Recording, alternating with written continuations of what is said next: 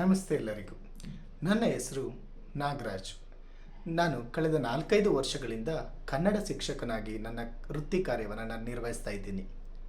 ಈ ಸಮಯದಲ್ಲಿ ಮಕ್ಕಳಿಗೆ ಕಷ್ಟಕರವಾಗುವ, ಕ್ಲಿಷ್ಟಕರವಾಗುವ ವ್ಯಾಕರಣಾಂಶಗಳು, ಗದ್ಯಾಂಶ, ಪದ್ಯಾಂಶ, ಹಳೆಗನ್ನಡಕ್ಕೆ ಸಂಬಂಧಪಟ್ಟ ವ್ಯಾಕರಣಾಂಶಗಳು, ಪದ್ಯ ಭಾಗವನ್ನು ನಾನು ಮಕ್ಕಳ ಮನಬುಟ್ಟುವಂತೆ ಅತ್ಯಂತ ಸರಳವಾಗಿ, ಸುಂದರವಾಗಿ ನಿರೂಪಣೆಯನ್ನು ಮಾಡ್ತಾ ಬಂದಿದ್ದೇನೆ.